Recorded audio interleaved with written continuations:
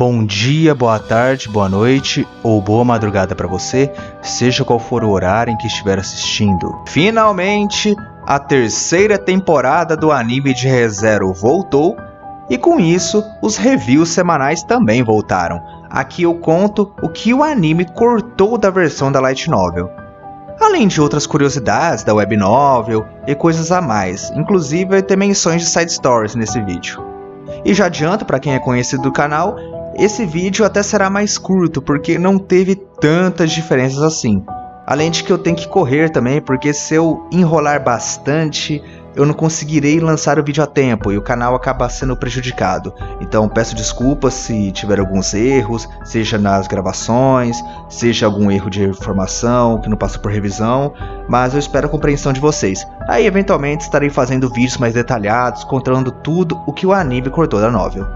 Infelizmente eu não conseguirei manter o mesmo ritmo da primeira parte. Peço desculpas, mas agradeço por toda a compreensão. Mas sem mais enrolações, vamos logo para o episódio 9 da terceira temporada do anime de Re:Zero. E o episódio começou como? Com aquela boa adaptação, né? Adaptação excelente, hein? Vão pro anime porque a novel está mal adaptada.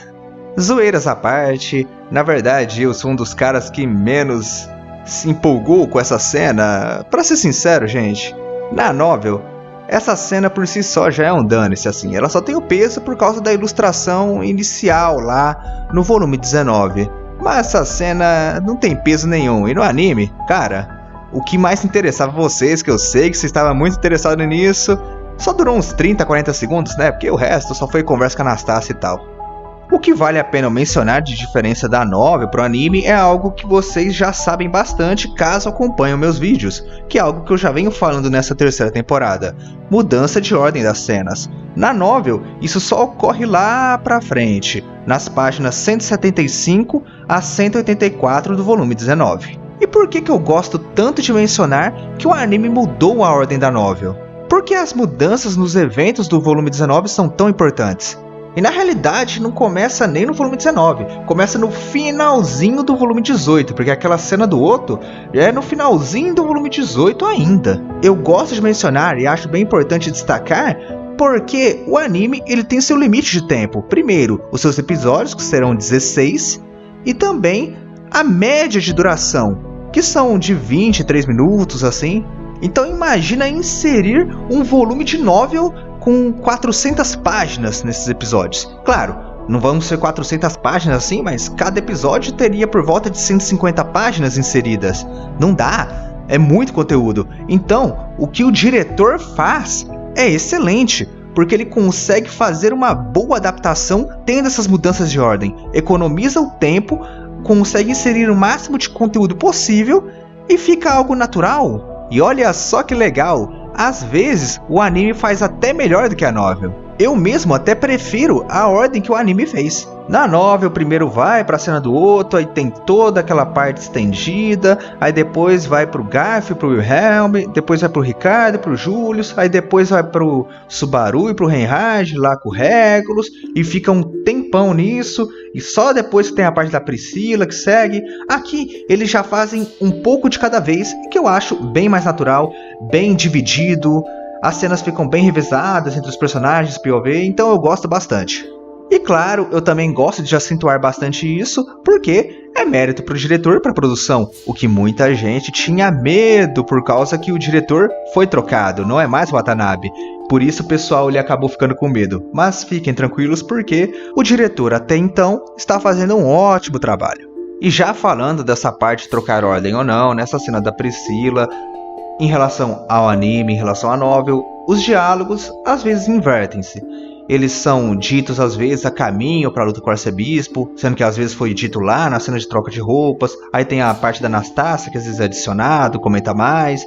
Mas não acaba sendo nem remoção nem adição, acaba sendo só uma troca de momentos em que a informação é passada. Inclusive uma curiosidade à parte, como o anime adapta a light novel, o anime ele ainda faz mistério a respeito do que seria o termo raposa para a Anastácia. O que a Priscila viu e ela sabe ou entendeu, algo que a gente não entendeu, por que Anastácia teria esse segredo. E na novel também é assim, também tem uma outra coisa. Só que curiosamente, para quem leu a versão da web novel e já passou por esse momento lá, já sabe, porque isso é revelado lá pro início ao meio do arco 5. Só que isso foi invertido na versão light novel, que é revelado mais pra frente e consequentemente o anime também faz esse mistério. Então, caso você seja apenas um leitor da web novel, fique tranquilo, isso aí não foi uma mudança do anime. A light novel já havia mudado, e o anime só está seguindo a versão da light novel. Aliás, eu tenho um carinho bem grande pelo capítulo 37 do arco 5 da web novel, que é onde é revelado. Quem sabe que me conhece mais sabe por que eu tenho esse carinho a mais por esse capítulo em específico. Não tenho muito a comentar sobre a cena da Priscila. Claro, o simples fato dela estar despida, tudo, chama bastante atenção.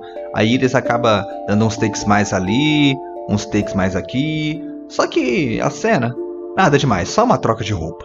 Passando-se então para a cena do Otto, é algo bem interessante porque mostra mais os pensamentos e o que ele estava sentindo naquela situação. Algo que o anime não consegue passar. Ele pensa que ele queria ter evitado em falar mais sobre o livro da sabedoria, só que o Subaru e o Garfield não gostavam daquele tipo de enganação. O que sinceramente eu agradeço por tirarem isso, porque eu acho esse pensamento e o contexto dessa cena algo ridículo na minha opinião. Desculpa, mas eu acho isso bem ridículo, essa parte do Otto, do Garf e do Subaru. Eu acho esse tipo de cena desnecessário e não deixa a gente levar os personagens a sério. Então obrigado, anime, por ter tirado isso. Só que uma outra coisa que a novel tem que eu acho legal é que o Otto ele começa a pensar, caraca, por que eu tô fazendo isso? Eu sou um trouxa. Porque ele é um comerciante. E como comerciante, naquela situação, ele não ganhava nada. Como é que ele estava correndo lá para cá sem ter algum ganho? Certamente era necessário salvar a cidade. Só que haviam outras escolhas que dava para fazer que beneficiaria mais o acampamento da Emília e salvaria a cidade consequentemente. Só que ali eles tinham que pensar em todos os acampamentos. E na situação do Otto, ele tinha que fazer um trabalho árduo ali também. Então eram muitos desgastes, algo que era meio pesado e desbalanceado. E eu deixei até a cena da novel para vocês lerem e verem como foi. O Otto ele pensou nos irmãos dele, como seria a reação deles, porque são de famílias de comerciantes e eles têm esse estilo de vida, essa filosofia. Esse tipo de cena eu já não acho forçado, acho legal, e para a proposta da obra que tem que ter aqueles personagens mais estereotipados, assim como o Roswell e o outro nessa parte comerciante, eu acho bacana e acho que é bem aplicado. E para aqueles que só veem o anime e não tenham notado, estou deixando essa página da novel que mostram as pessoas do acampamento da Emília com quem o Otto se importa. Estão sentindo falta de alguém aí? Sim, não tem o Roswell, e isso é um ponto bem interessante. São detalhezinhos e sutilezas da novel que o anime não passa. E por mais que esses detalhes pareçam ser irrelevantes no momento, isso aí é bem importante até pra gente saber o que pode acontecer no futuro e reviravoltas, entendem? O arco que o anime está adaptando agora é o arco 5. O arco atual da novel é o 9. E o último arco de ReZero será o 12, o qual o Tapei já confirmou que será o arco das bruxas, terá uma certa importância da Frederica, a parte do sangue dela, como o Roswell poderia usar. E olha só que interessante, a única pessoa do acampamento da Emília que verdadeiramente tem essa malícia e já meio que perdoou o Roswell é a Frederica. Então, olha como a novel já deixa algumas pistas pra gente, coisa que o anime não consegue ir deixando, porque não tem esse espaço. Claro que eu só mencionei a Frederica porque a Han já tinha perdoado desde sempre, tem todo aquele lance, sabe? E uma outra coisa que às vezes o anime não passa tão bem é o medo que alguns personagens sentem em relação a algo em específico. No caso do Otto, era complicado ele estar fazendo aquela missão arriscada contra o culto da bruxa, justamente porque ele sentia mais medo e ele era mais traumatizado do que uma pessoa comum.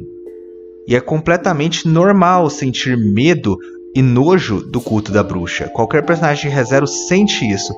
Porém, o Otto, ele tinha algo a mais, porque 1 ano atrás, ele quase foi morto pelo culto da bruxa. Ele tinha sido sequestrado e, consequentemente, seria morto. E ele foi salvo justamente pelo Subaru.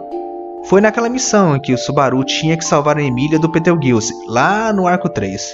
O loop definitivo foi aquele.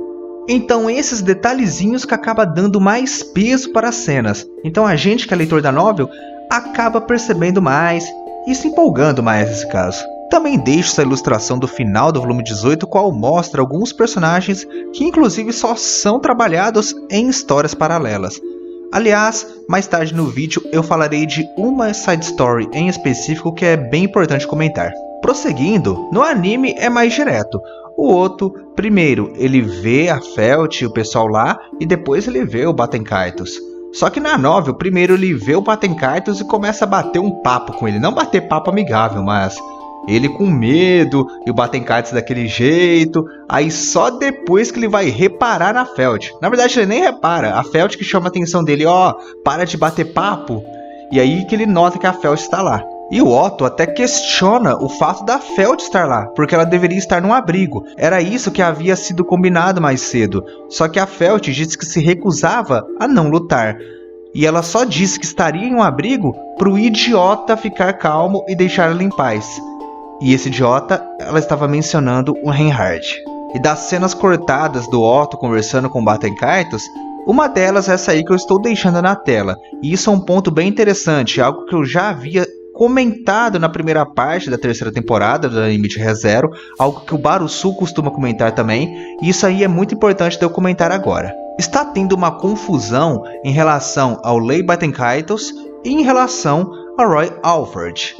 Quem que o Otto encontrou, quem que o Subaru encontrou, o que está acontecendo? Primeiro, tomem cuidados com legendas erradas. Às vezes, o anime vai ter legendas que vão apenas confundi-los. Então, se houve alguma legenda que deu a entender que o Otto encontrou o Roy Alfred, está errado.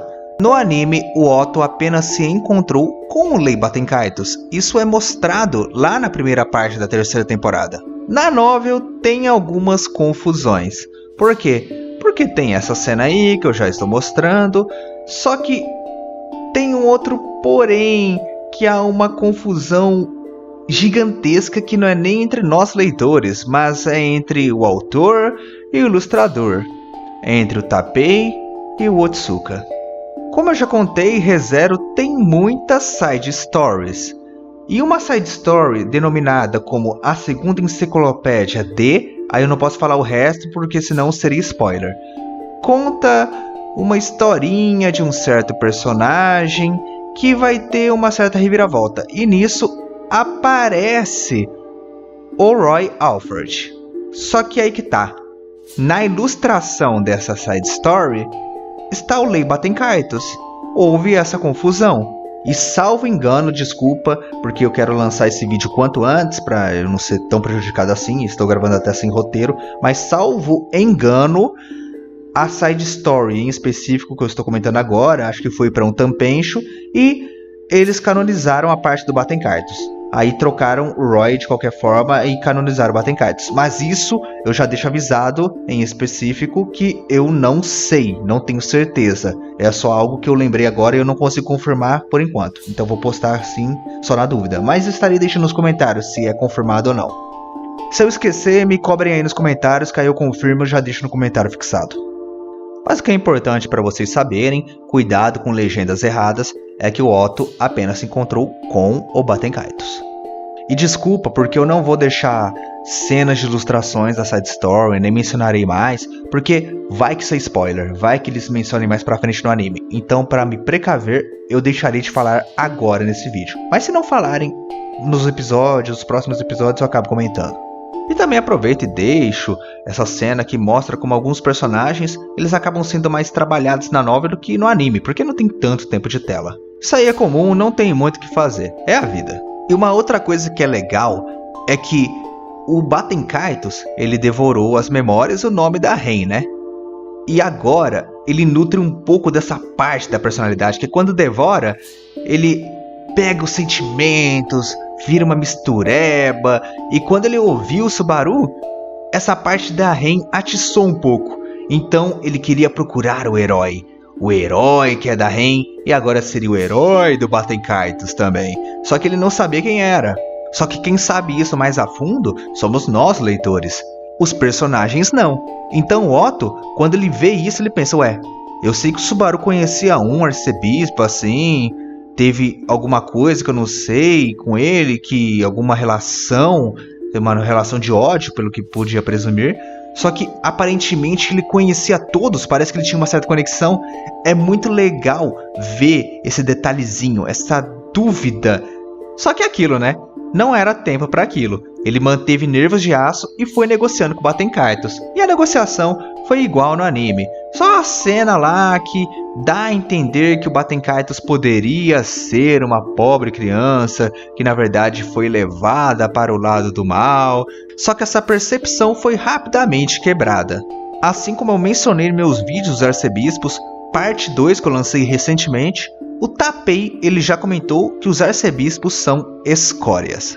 Ele não fica nessa de humanizar os arcebispos. Vilão é vilão, então para ele é bem simples isso. Inclusive estarei deixando o link dos vídeos dos arcebispos na descrição. Eu lancei a parte 2 recentemente, algumas pessoas não receberam notificação, mas sim, eu lancei, só ir lá conferir. Prosseguindo, teve a cena do Wilhelm com o Garfield.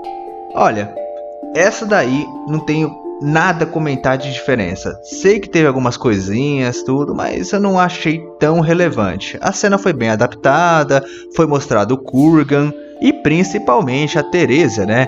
O Wilhelm tem um choque porque a Teresia está do mesmo jeito antes dela morrer para a baleia, né? Que coisa estranha, muito bem conservada. Tá passando uns produtos aí, Teresia, para manter a aparência, mas que vaidade! Não tenho muito o que comentar, é o início de uma bela luta que vai ter, né? A luta do Garfield com o Kurgan, o pessoal gosta bastante na novel, mesmo eu tendo algumas certas críticas. E nem preciso comentar que o Wilhelm contra Teresia será algo incrível, né? A mesma coisa com a Priscila e Liliana versus Sirius. Vocês se lembram que no início do vídeo eu comentei que algumas informações são passadas em alguns momentos na novel, só que em diferentes momentos no anime, mesma coisa com o caminho. E nisso a Sirius com aquela aparição incrível dela, né? Quem assistiu a parte 2 dos meus vídeos dos arcebispos sabe como eu gosto bastante da Sirius. Esse episódio foi uma boa preparação de uma boa luta que está por vir. E por falar em cena boa, Subaru e Reinhard chegando no casamento da Emília e do Regulus foi incrível. Cara, eu gosto bastante de falar a palavra incrível, mas é o que eu tenho para definir esse episódio. E por mais que essa seja a maior cena nessa parte da novel, também foi o que teve mais tempo de tela, então foi tão bem adaptado que mal tem diferença. O que seria mais legal destacar é essa cena que eu estou deixando aí, que é uma piada que o Subaru faz com o Regulus, que ele foi rejeitado. O resto foi incrível. O Regulus dando chilique, usando as esposas como refém e falando que quem seria culpado da morte delas seriam o Subaru e Reinhardt por obrigá-lo a matá-las. Ele é um personagem escrachado e exagerado, mas é o que mais chega perto de ter transtorno de dissociação da realidade. Além de ter um egocentrismo que, pelo amor de Deus, cara, não dá. Ele cria uma realidade totalmente desconexa na cabeça dele. Essa realidade que só está no imaginário dele não se adapta com o que é realmente real. E ele vai ficando bravo, aí vai distorcendo, e os valores que ele tem, que é totalmente deturpado, ele joga nos outros. Isso também tem com os outros arcebispos, mas com o Regulus é algo muito escrachado. Às vezes a gente não fica indignado com a parte da situação dele, com o conceito que ele atribui, com o que ele imagina, mas normalmente com os valores que ele empurra nos outros. É uma indignação axiológica. É bizarro, é distorcido, tanto nos valores como no que ele imagina. E é por isso que é tão prazeroso em ver o Reinhard batendo nele. Só que é triste porque mesmo com o Reinhard batendo nele, as esposas já estão tão traumatizadas com o Regulus que elas nem saem dali. Elas não conseguem ir contra a vontade dele. E sobre a morte do Reinhard, ele sabia que receberia a proteção divina da Fênix, né? O que acabou com que ele voltasse à vida. E, sim, o Regulus ele não respeitou o acordo, tudo, aí o Reinhardt foi batendo nele. E, aliás, show de proteções divinas, né? Esse episódio, telepatia, teve tudo. É pra mencionar, né? O Reinhardt, ele é extremamente overpowered, não é segredo pra ninguém. E agora o Reinhardt, enquanto ele vai lutando contra o Regulus, aí cabe ao Subaru e à Emilia descobrirem como eles lidarão com o Regulus, né? Porque o Regulus ele não toma dano. Alguma coisa está acontecendo, eles têm que descobrir o segredo da autoridade do Regulus. Nesse ponto o anime vai mudando de cenas, volta de novo pro Baten Kaitos, mas aí não tem muito o que comentar. O que é importante de eu comentar agora mesmo é o outro irmão, que é o Roy Alfred, principalmente da cena do Ricardo e do Julius. Um outro ponto que muita gente não entendeu do episódio é porque o Julius ele se apresentou para um arcebispo da Gula, mas é também porque algumas coisas foram cortadas, e eu vou explicar o que. O Julius e o Ricardo, eles ficaram conversando antes de se encontrarem com o Roy Alfred. Isso vai tendo umas conversas a mais, inclusive uma bem engraçada, que o Ricardo fala que o Julius ele seria noivo de uma filha dele, e o Júlio já entrou na defensiva, falando que ele não nutria esses sentimentos pela Anastácia. Só que o Ricardo falou, eu não mencionei expressamente a Anastácia. Eu tenho várias filhas, poderia ser a Mimi, por exemplo, porque você logo falou da Anastácia. Aí o Júlio ele ficou daquele jeito, né? Mas isso só foi o início da conversa, porque depois teve o assunto principal, que foi o assunto mais sério, que foi o Júlio falando que no primeiro encontro que ele teve com o Roy Alfred, parecia que o Roy o conhecia, parecia ter uma certa afinidade, algo como se fosse um membro do acampamento da Anastácia. E nisso ele relembrou para o Ricardo o poder do arcebispo da Gula. E esse poder era o quê? Devorar as memórias e a existência de um indivíduo. Isso é o que eles sabiam até então. Só que então, o Ricardo e o Júlio ficam apreensivos, porque, então quem seria? Será que realmente alguém do nosso acampamento foi devorado? Eles sentiam esse medo, porque eles não tinham nem sequer a certeza se alguém havia sido devorado ou não. E tinha essa certa apreensão. E o Ricardo, ele fica pasmo, e o Júlio ele fica ainda mais estarrecido, mais bravo, porque ele pensa, caramba, eu encontrei com o Roy Alfred, então é bem provável que ele já saiba o meu nome também. Isso não é dito expressamente, mas já fica implícito, se ele me conhece é porque ele devorou alguém que conhecia meu nome. Então é por isso que já era aquele dane-se, né? Conhece ou não conhece? É mencionado até uma certa frase que causa um certo impacto. É triste pensar que a gente esquece nossos amigos, só que nossos inimigos lembram deles. E tem todo esse diálogo, é ainda maior na novel, tem várias coisas, só que aí realmente não vale a pena destacar. Aí ele se encontra com o Roy Alfred e tem toda aquela conversa lá do anime. E o cliffhanger foi como? A cena da Capela chegando lá, com a Crush e o Felix. Olha só que loucura, hein? E que cliffhanger maravilhoso, hein? Agradeço por terem assistido, toda semana eu farei um vídeo sobre os episódios do anime e falando o que cortou da novel. Caso tenham interesse, se inscrevam, ativem o sino de notificações do canal para não perder os novos vídeos. E também faço lives no final de semana, normalmente domingo à noite. E um forte abraço para todos os membros. Tamo junto. Eu vou ficando por aqui, um forte abraço, e se você gosta de animes, e principalmente ReZero, eu espero sempre vê-lo por aqui, pois afinal, é sobre isso que esse canal se trata.